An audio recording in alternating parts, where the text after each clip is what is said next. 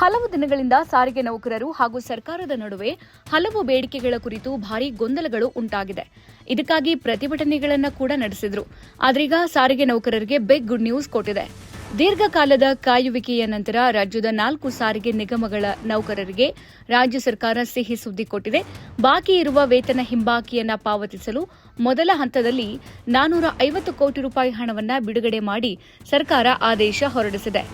ಸಾರಿಗೆ ಸಂಸ್ಥೆಯ ನೌಕರರಿಗೆ ಕಳೆದ 26 ತಿಂಗಳ ವೇತನ ಹಿಂಬಾಕಿಯಾಗಿ ಒಟ್ಟು 1,271.92 ಕೋಟಿ ರೂಪಾಯಿ ಬಿಡುಗಡೆ ಮಾಡಬೇಕಿತ್ತು.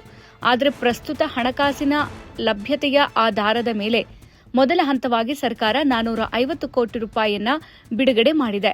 ಕೆಎಸ್ಆರ್ಟಿಸಿಗೆ 143.85 ಕೋಟಿ ರೂಪಾಯಿ, ಬಿಎಂಟಿಸಿಗೆ 137.24 ಕೋಟಿ ರೂಪಾಯಿ, ಹಾಗೆ ಎನ್ಡಬ್ಲ್ಯೂಕೆಆರ್ಟಿಸಿ 87.00 ಕೋಟಿ ರೂಪಾಯಿ, ಹಾಗೆ ಕೆಕೆಆರ್ಟಿಸಿಗೆ 81.91 ಕೋಟಿ ರೂಪಾಯಿ ಬಿಡುಗಡೆ ಮಾಡಿದೆ.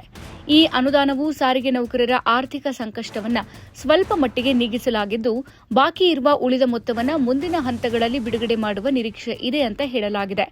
ಮೊದಲ ಹಂತದ ಬಿಡುಗಡೆಯನ್ನು ಸ್ವಾಗತಿಸಿದ್ರು.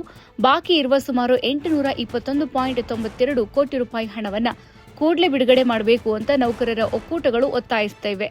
ಸರ್ಕಾರವು ಸಮಯ ಮಿತಿಯೊಳಗೆ ಪೂರ್ಣ ಹಣ ಬಿಡುಗಡೆ ಮಾಡದೇ ಇದ್ರೆ ಮತ್ತೆ ಪ್ರತಿಭಟನೆ ಮಾಡಲಾಗುವುದು ಅಂತ ಮಾತುಗಳು ಕೇಳಿ ಬಂದಿವೆ.